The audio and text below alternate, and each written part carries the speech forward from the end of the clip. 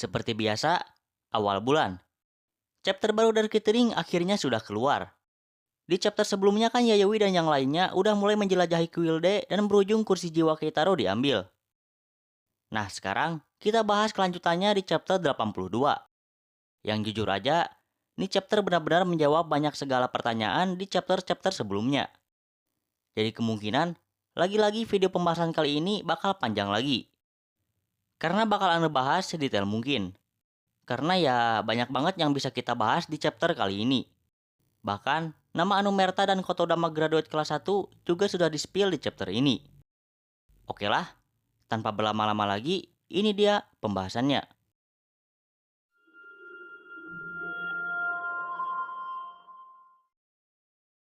Chapter 82 dibuka dengan panel spesial untuk memperingati Dark-Gathering dapat season 2.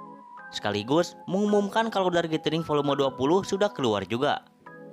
Yang dimana volume 20 ini mencakup chapter 77 sampai 81.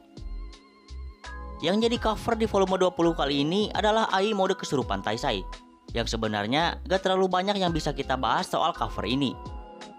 Karena kita pasti udah bisa nebak sendirilah bagaimana official color dari Star of Annihilation. Yang udah pasti berwarna putih kayak bintang di langit.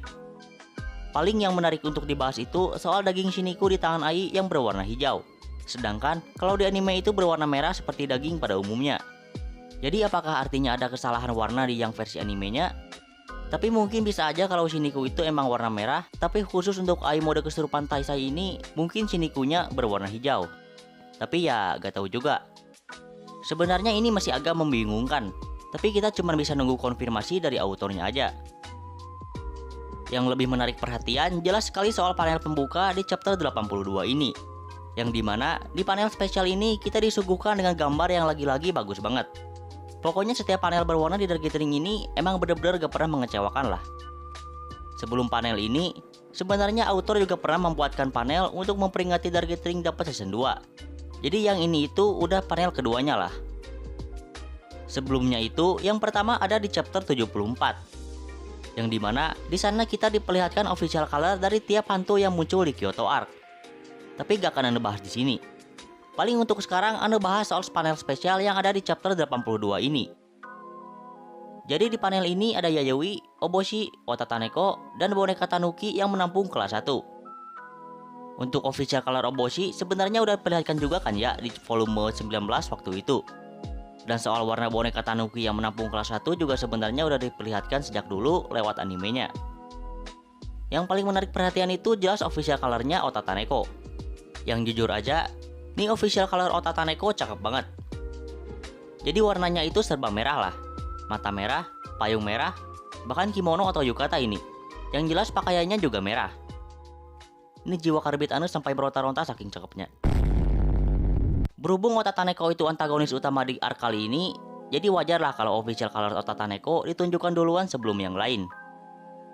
Dulu aja Taisai perlu waktu sekitar 14 chapter setelah dia debut di chapter 9, barulah official colornya keluar di volume 6. Dan kalau kita hitung, Otataneko itu kan debut di chapter 65, jadi sekitar 17 chapter sampai akhirnya official colornya keluar. Berarti kita hanya perlu menunggu sampai karakter lain kayak graduate yang tersisa untuk keluar official colornya. Tapi kayaknya untuk kelas 1 gak bakal lama. Kalau dilihat dari polanya, prediksi Ane nanti di volume 21 covernya bakalan graduate kelas 1. Oke lah, kita mulai bahas isi chapter 82. Maaf karena bahas panel tadi agak kelamaan. Ane udah excited duluan soalnya. Kebiasaan dah. Ini melanjutkan chapter kemarin, tepat setelah hantu Quilde mengambil tanden Keitaro. Hantu itu menggunakan teknik spiritual untuk menyembunyikan dirinya. Tapi menyembunyikan diri tidak berarti dia langsung pergi.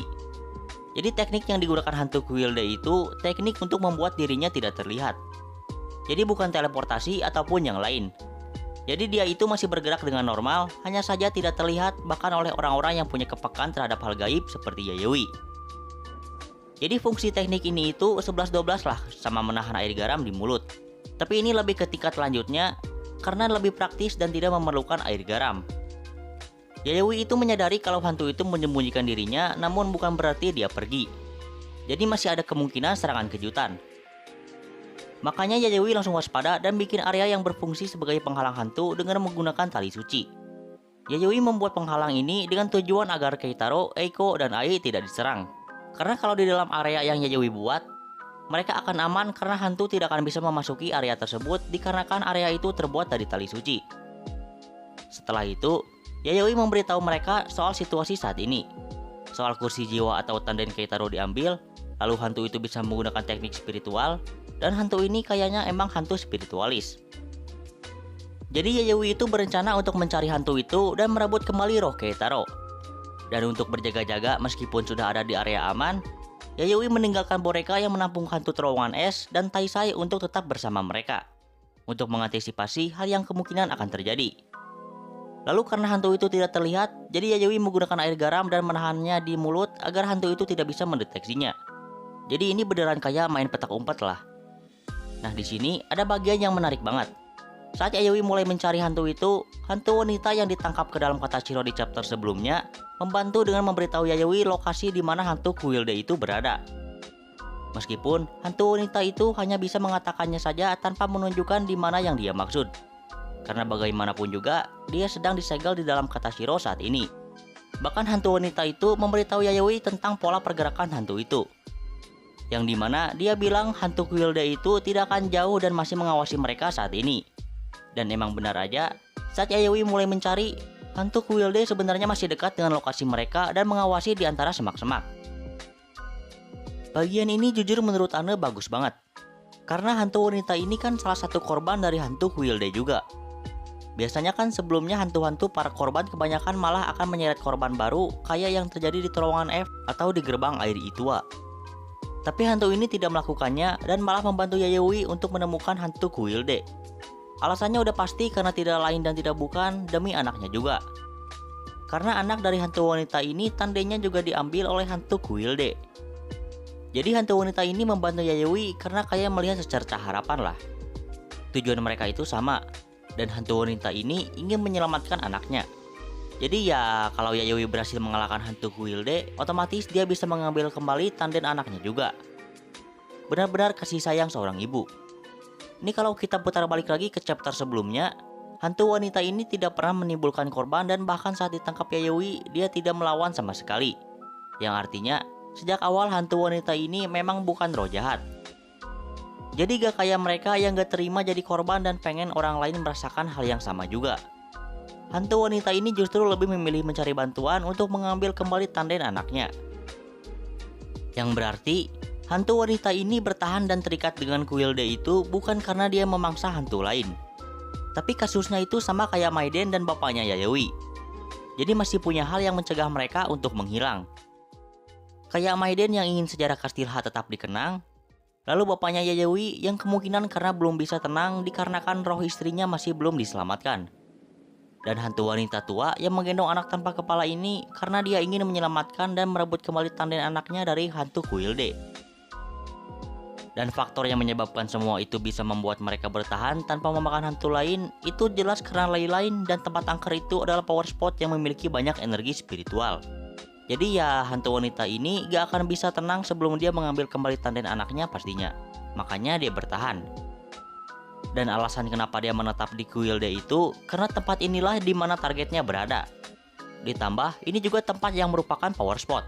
Jadi dia tidak akan bisa menghilang karena masih akan mendapatkan pasokan energi dari sana. Kalau dari analisis Ane kurang lebih seperti itulah. Yayoi mencari hantu Kuilde bahkan sampai dia hampir mencapai gerbang masuk Kuilde ini. Nah, di sanalah Yayoi menemukan roh Keitaro yang sedang terbaring di tanah.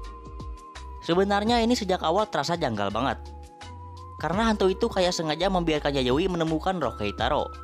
Karena roh Keitaro itu terbaring di tanah dan bahkan di tempat yang benar-benar terbuka. Jadi gak disembunyikan gitu. Yayoi juga udah skeptis soal ini. Yayoi berpikir mungkin ini jebakan, tapi Yayoi mengambil roh Keitaro dan meletakkannya ke Katashiro. Dia tidak bisa membiarkan roh Keitaro tergeletak di sana begitu aja. Jadi dia lebih memprioritaskan memulihkan Keitaro terlebih dahulu. Yayoi itu mikirnya mungkin ini pengalihan sementara hantu itu akan menyerang Eiko dan Ai.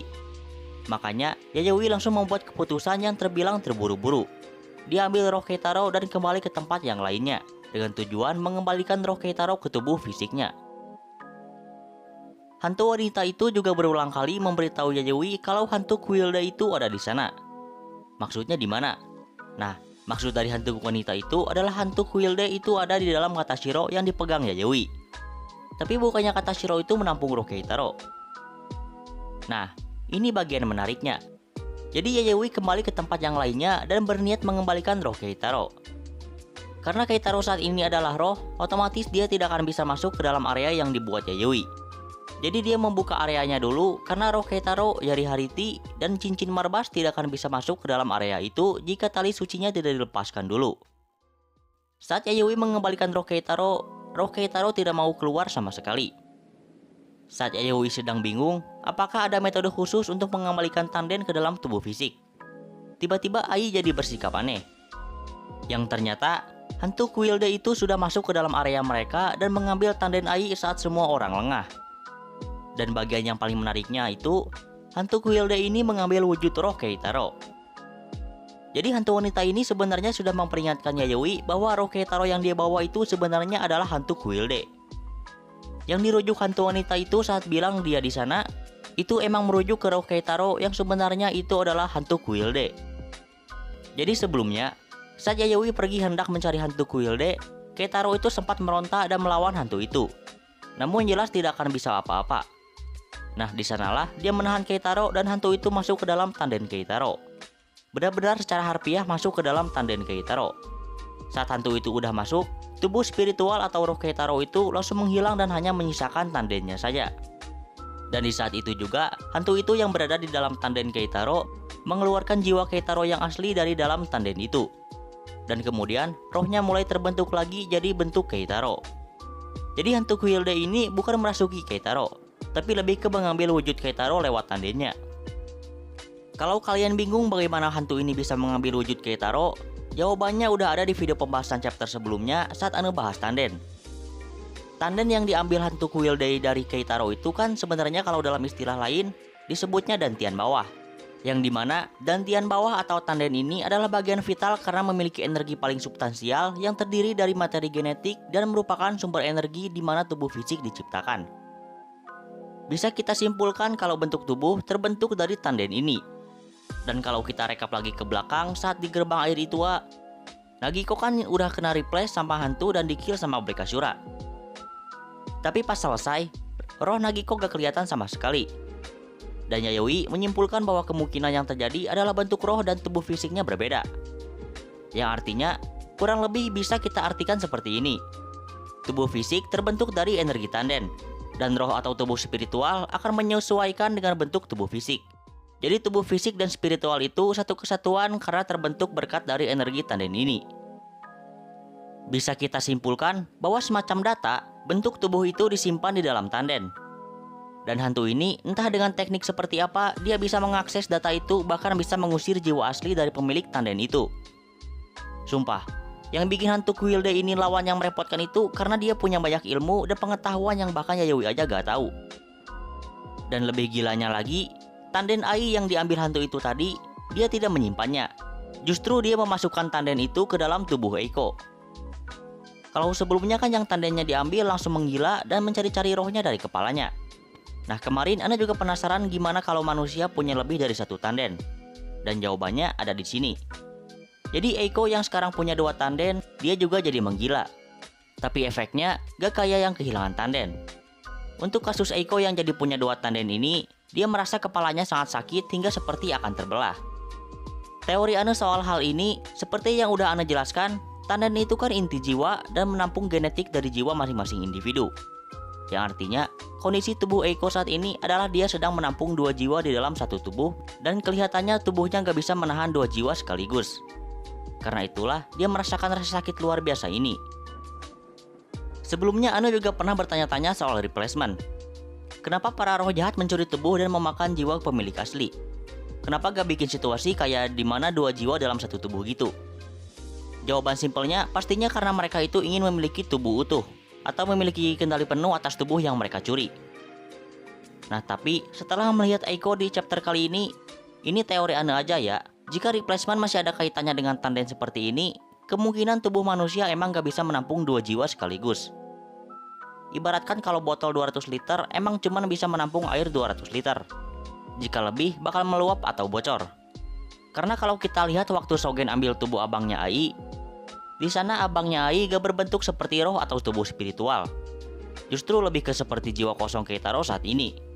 Makanya Ana mikirnya mungkin replacement juga masih ada kaitannya dengan Tanden juga. Mengingat di sini terbukti kalau jiwa asli seseorang berada di dalam Tanden. Dan replacement harus dilakukan dengan memakan jiwa pemilik asli tubuh tersebut. Nah, omong-omong soal jiwa kosong yang Ana sebut tadi, ternyata sebuah jiwa kosong emang beneran gak bisa merasakan apapun. Kayak di sini jiwa kosong Keitaro bilang bahwa 5 inderanya tidak berfungsi sama sekali. Bahkan untuk berpikir juga sangat sulit. Jadi benar-benar blank lah. Jadi seolah tidak bisa merasakan apapun. Nah, tapi di chapter ini juga kita ditunjukkan saat Keitaro dalam bentuk jiwa kosong, saat kelima inderanya tidak berfungsi, satu-satunya yang berfungsi itu hanya indera keenamnya aja. Karena bagaimanapun juga, indera keenam itu emang di luar kelima indera manusia. Yang simpelnya, indera keenam itu secara ilmiah diartikan sebagai alat untuk merasakan sesuatu berdasarkan naluri dan intuisi. Seperti di chapter ini, jiwa kosong Keitaro secara naluriah bisa merasakan keberadaan jiwa lain. Yang kalau di sini digambarkan Keitaro bisa merasakan 4 jiwa lain selain dirinya. Yang dua berdempetan itu udah pasti punya Eiko dan Ai yang saat ini sedang berdempetan di dalam tubuh Eiko. Nah, yang satunya adalah Yayoi yang baru saja menjauh dari area aman tadi setelah menyadari dia masuk ke dalam perangkap hantu Guilde. Dan satunya lagi, yang kalau di sini digambarkan dengan dicampur warna hitam kayak korup gitu, pastinya hantu Guilde. Setelah sadar dia merasakan jiwa lain, Keitaro tuh langsung minta tolong ke Yayoi lah, dengan memberi petunjuk ke Yayoi lewat cahaya besar yang Keitaro keluarkan dari jiwanya. Cahaya besar ini melambangkan bentuk asli indera keenam Keitaro. Sejak awal kita emang diberitahu kalau kepekaan Keitaro pada hal gaib itu emang udah di luar nalar. Bahkan sebelumnya, Abe no Seimei sendiri bilang kalau Keitaro itu penuh dengan energi kehidupan dan bahkan melebihi dirinya saat masih hidup. Tapi tetap aja agak nyangka kalau ternyata indera keenam Keitaro sebesar dan sekuat ini. Karena bahkan Yayoi yang sedang menahan air garam masih bisa ditemukan oleh Keitaro. Bahkan hantu Guilde yang sedang tak terlihat karena teknik spiritualnya juga. Ya pantas aja nih kutukan di tangan Keitaro betah diem di sana. Indera keenam Keitaro itu sendiri sebenarnya udah masuk ke tingkat transenden. Atau kemampuannya udah melampaui batas pemahaman akal biasa. Dan semua itu terlihat saat Keitaro tidak memiliki bentuk fisik dan hanya jadi sebatas jiwa kosong. Di chapter 76, Risu pernah bilang kalau dia heran kenapa Oboshi bisa menampung kekuatan besar dengan tubuh manusia. Sedangkan Risu aja kemampuan kutukannya menurun drastis setelah mengambil tubuh manusia. Yang artinya, jawaban kenapa Keitaro gak terlihat memiliki indera keenam yang gak masuk akal seperti sekarang saat sebelum-sebelumnya, itu karena indera keenam Keitaro itu ketahan sama tubuh manusianya. Jadi sebenarnya Keitaro itu punya potensi besar banget sebagai seorang spiritualis, kalau dia berlatih menggunakan kekuatannya. Seimei aja kan pernah bilang kalau Keitaro itu penuh energi kehidupan bahkan melebihi dirinya. Yang berarti Keitaro itu bahkan berpotensi bisa melebihi Seimei atau bahkan spiritualis lainnya, cuman kehalang sama tubuhnya yang masih manusia biasa. Makanya nih, Ana berharap banget kedepannya Keitaro ketemu Oboshi. Dan Oboshi menyadari potensi Keitaro terus melatihnya gitu. Soalnya siapa sih yang gak mau lihat Keitaro jadi spiritualis dan bukan jadi umpan doang? Sumpah, Ana kangen pas momen Keitaro lawan Sutendoji. Walaupun sebenarnya Seimei yang bertarung, tapi dia pakai tubuh Keitaro. Dan itu keren banget asli. Nih kemungkinan besar Keitaro bisa aja jadi spiritualis yang kuat kalau autor berkehendak. Kita tunggu aja lah kedepannya bakal gimana. Oke lah, kita balik lagi ke pembahasan utama. Jadi setelah memberi tanda kelewat cahaya ke Yayoi, Yayoi menemukan jiwa kosong Keitaro dan Keitaro memberitahu lokasi hantu Guilde lewat cahayanya lagi. Setelah dikasih tahu Keitaro, Yayoi tanpa babi bu langsung menghajar hantu Guilde yang masih tak terlihat dengan tongkat bisbolnya. Udah agak lama nih gak lihat tongkat bisbol ini. Karena tongkat bisbolnya ditimpa dengan tali suci, otomatis serangannya efektif banget ke hantu Guilde, bahkan sampai kesakitan gitu. Jadi dengan adanya indera keenam Keitaro, mau hantu itu bersembunyi di mana juga bakal langsung ketahuan lah. Udah gak ada tempat kabur lagi. Nah makanya hantu Guilde langsung gak main sembunyi lagi dan menggunakan teknik spiritual yang dia sebut dengan Golden Light Divine Incantation. Saat itulah hantu Guilde menunjukkan wujud aslinya, yang kayaknya nih hantu sebenarnya cewek dah. Tapi ya gak tahu juga. Wong kelas 0 aja waktu itu tubuhnya pernah berubah jadi cewek. Nah, ada juga hal yang menarik soal bentuk hantu ini. Soalnya, dia punya 4 tanden. Loh, bukannya kalau punya lebih dari 2 tanden nanti bakal kayak Eiko? Kalau itu kan batas untuk manusia. Hantu ini bisa menahan 4 tanden aja karena dia hantu, spiritualis. Bahkan jika melihat dari yang dia lakukan ke Keitaro, hantu ini membuang jiwa asli dari pemilik tanden tersebut. Jadi otomatis gak ada jiwa yang saling tumpang tindih. Jadi si tanden-tanden ini udah 100% punya dia karena dia udah mengusir jiwa tuan rumah. Kalau dari pengamatan Ane sih gitu. Kalau kalian bingung ini tanden siapa aja, menurut Ane nih ya, yang tengah itu tanden asli hantu ini. Dan ketiga tanden lainnya itu punya Keitaro, lalu anak dan pendeta dari flashback hantu wanita tadi. Karena ya hantu ini gak ngambil tanden Ai dan Eiko untuk dirinya sendiri. Dia cuma pakai tanden mereka untuk bermain-main aja tadi. Hantu itu kemudian mulai bergerak lagi dan kelihatannya mau menghilang lagi. Tapi ternyata enggak. Tapi dia itu kayak menyerang Yayoi dengan menggunakan tangannya yang kayak diteleportasi gitu. Dalam sekejap, dia memisahkan roh dan tubuh Yayoi dan merobek perut roh Yayoi seperti yang dia lakukan sebelum-sebelumnya. Tapi bahkan Yayoi saat ini sedang dalam mode tak terlihat karena menahan air garam di mulutnya. Tapi hantu ini bisa merasakannya, yang berarti hantu ini emang hantu spiritualis yang punya indera keenam yang kuat juga. Sumpah, kayaknya ini hantu paling merepotkan dari yang sebelum-sebelumnya. Kalau mau dibandingkan dengan yang di Kyoto juga, hantu ini hantu yang bisa berpikir dan bahkan cerdik dan licik. Ditambah, dia ini spiritualis yang kelihatannya berpengetahuan luas. Untuk pertama kalinya, Yayoi kalah dalam hal kecerdikan. Karena hantu ini menggunakan pengetahuan yang bahkan Yayoi aja gak tahu. Oh iya, habis Yayoi tumbang, Yayoi masih sempat mengeluarkan graduate kelas 1 untuk bertarung sebelum dia kehilangan kesadaran. Dan akhirnya, Kotodama dan nama Anomerta kelas 1 ditunjukkan. Jadi Kotodama untuk memanggil kelas 1 itu adalah tentukan atau penentu. Dan nama Anomertanya adalah Transcendent Buddha of Salvation. Kita bahas dikit soal nama Anomerta kelas 1 lah. Sebenarnya ini agak membingungkan karena namanya kan Transcendent Buddha of Salvation. Nah, soal Buddha di sini sebenarnya bukan berarti kelas 1 ini seorang Buddha atau yang udah mencapai pencerahan. Gak mungkin kan? Soalnya dia cuma seorang samurai yang bahkan bukan seorang spiritualis. Nah, kalau dalam bahasa Jepang ini lebih jelas. Namanya itu Tengai Kyusei Gongen. Minusnya itu di sini nih. Gak semua istilah Jepang ada translate-nya. Untuk Tengai itu, pengertiannya kurang lebih sama seperti transcendent atau melampaui. Tapi pengertian lengkapnya, Tengai itu di luar atau melampaui langit. Nah, Kyusei itu penyelamatan atau salvation. Nah, Gongen, ini intinya. Gongen itu sebenarnya kurang lebih emang kayak Buddha. Tapi sebenarnya bukan Buddha asli. Gongen itu dalam istilah Jepang adalah avatar atau perwujudan sementara Buddha dalam bentuk dewa lokal Shinto atau kami, yang membimbing orang-orang menuju ke keselamatan atau salvation. Nah, udah kebayang gak maksudnya? Yayoi memberikan nama Anomerta itu ke kelas 1 bukan secara harfiah, tapi karena kurang lebih pengertiannya hampir sama. Kayak Black Asura yang diambil dari makhluk bernama Asura, padahal sebenarnya dia bukan Asura asli, melainkan karena ada kemiripan. Soalnya takutnya ada yang salah paham gitu. Soalnya Buddha sama Gongen itu sebenarnya sama, tapi beda. Samanya Gongen itu avatar dari Buddha. Bedanya, Gongen bukan Buddha asli. Jadi entitas manifestasi Buddha dengan kearifan lokal lah simpelnya. Maaf lah kalau penjelasannya membingungkan. Nah, sekarang kita gabungkan. Ana sebut dalam bahasa Indonesia. Gongen penyelamat dari luar langit. Jadi Yayoi memberikan nama ini karena kelas 1 itu mirip dengan Gongen atau entitas yang membimbing orang-orang menuju ke keselamatan. Dan dia berasal dari luar langit. Jadi bukan dewa sama sekali. Kita udah diperlihatkan masa lalunya di chapter 80 kan? Kalau dia itu ingin membimbing orang-orang menuju ke keselamatan. Makanya dia disebut Gongen oleh Yayoi. Penjelasan dari Ana kurang lebih kayak gitu. Kalau semisal kalian gak paham, komen aja. Nanti Ana jelaskan lebih singkat kalau kalian mau. Dan khusus untuk kelas 1, kayaknya gak bakal Ana sebut dengan nama Anomerta dalam bahasa Inggris. Ana agak gimana gitu kalau nyebut Buddha. Soalnya itu sosok religius dari Buddhisme. Ditambah, seperti yang Ana bilang, secara pengertian mereka itu beda. Jadi bakal Ana sebut aja pakai nama Anomerta Jepangnya, yaitu Gongen aja mulai sekarang. Jujur aja Ana udah gak sabar untuk lihat bagaimana gaya bertarung Gongen. Walaupun kalau dari deskripsi kemarin paling hanya tebas-tebas tanpa efek khusus. Tapi Anda tetap menantikan aksi dari kelas 1 ini.